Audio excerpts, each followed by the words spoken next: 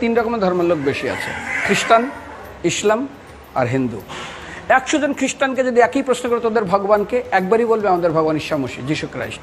মুসলমানকে জিজ্ঞাসা করবে 3 থেকে 5 মানে মৃত্যুর আগে পর্যন্ত, যাকে এই তোদের ভগবানকে, একই উত্তর দেবে, ভাই আমাদের ভগবান হলো আল্লাহ। হিন্দুদেরকে যদি একই প্রশ্ন করা হয়, ভাই তোদের ভগবানকে, কনফিউজ। 100% হিন্দু 100% কনফিউজ, জানে না ভগবানকে। দ্বিতীয়ত, যদি তুই মুসলমানকে জিজ্ঞাসা হয় তোরা মসজিদে কেন যাচ্ছিস, ওদের শেখানো হয় মসজিদে যেতে হবে নামাজ আদায় করার জন্য। সপ্তাহে ওরা 100% একদিন মসজিদে যাবেই। তুমি যদি খ্রিস্টানদের জিজ্ঞাসা করো তোমরা কেন কোথায় যাবে, কোথায় যাও না, আমাদেরকে একদিন তারা চার্চে যাবেই। কেন? ঈশ্বরে প্রার্থনা করার জন্য, ওদের শেখানো হয় জন্মের থেকে, এটা সংস্কার। আর হিন্দুদের যদি জিজ্ঞাসা করে তোমরা মন্দিরে কেন যাচ্ছ, হ্যাঁ আমার ছেলের বিয়ে হচ্ছে না, আমার মেয়ের বাচ্চা হচ্ছে না, আমার বাবা হসপিটালে আছে, কালকের আমার মামলার ডেট আছে, আমার ব্যবসা খুব খারাপ, আমার শরীর খুব খারাপ।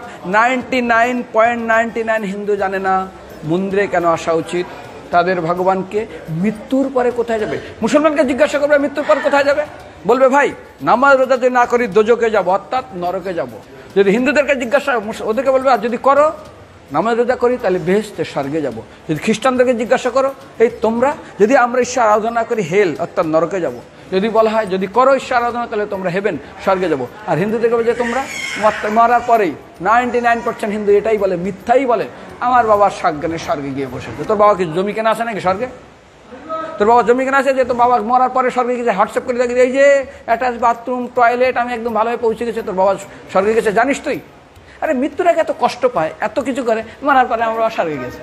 আরে যখন পুলিশে কোনো কয়েদি কোনো অপরাধীকে ধরে 2-4টা ডান্ডা মারে, তারপর থানায় গিয়ে আরও ট্রিটমেন্ট করে, তারপরে কোর্টে বিচারে, তারপর জেল খাটে, মৃত্যুর আগে এত কষ্ট করে আমরা মারা যাই, মারা পরে আমার বাবা স্বর্গে গিয়ে বসে আছে, ওর বাবার জন্য জমি কেনা আছে। না, এরকম বলা যাবে না। এই জন্য আমাদের শাস্ত্র বলে পরলোকগত, স্বর্গীয় বলে না।